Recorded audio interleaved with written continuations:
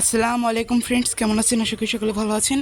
আজকে আমি নার্সারি থেকে এই কাঠগোলাপ গাছ এনেছি এবং এই রঙ্গন ফুলটি এনেছি, আর এনেছি এই গাঁদা ফুলের চারাগুলি। এগুলি আমাদের একজন প্রতিবেশী আমাকে দিয়েছে। প্রথমে আমি সব গাছগুলির জন্য মাটি তৈরি করে নিচ্ছি। এখানে গোবরের সার এবং মাটি রয়েছে, এটাকে ভালোভাবে মিশিয়ে নিতে হবে। গোবরের সার প্রয়োজনে আরও দিয়ে নিচ্ছি। এটাকে ভালোভাবে মিশিয়ে নিতে হবে। এই টবটার মধ্যে প্রথমে আমি গাঁদা ফুলের গাছ লাগাবো।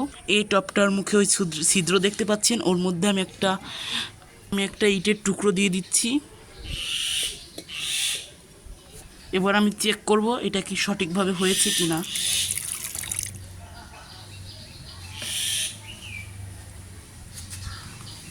সঠিকভাবে ড্রেন সিস্টেমটা হয়েছে। এবার এর মধ্যে আমি মাটি ভরে নেব। এটাকে আমি মাটি দিয়ে ভর্তি করে নিচ্ছি।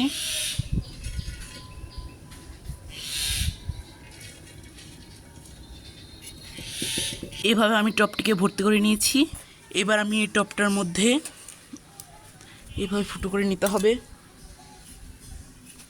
গর্ত করে নিতে হবে। এবার আমি এভাবে গাছগুলিকে বসিয়ে দিচ্ছি।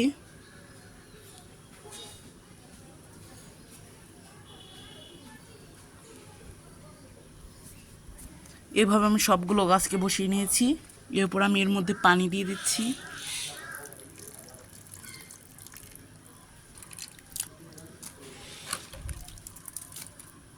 আমার একটি গাছের টব কমপ্লিট। এর পরবর্তী ভিডিওতে আমরা দেখাবো কী করে আপনার রঙ্গন ফুলের গাছ লাগাবেন আপনার ছাদ বাগানে। আজকের ভিডিওটি এ পর্যন্তই। সকলে ভালো থাকবেন, সুস্থ থাকবেন। আল্লাহ হাফেজ।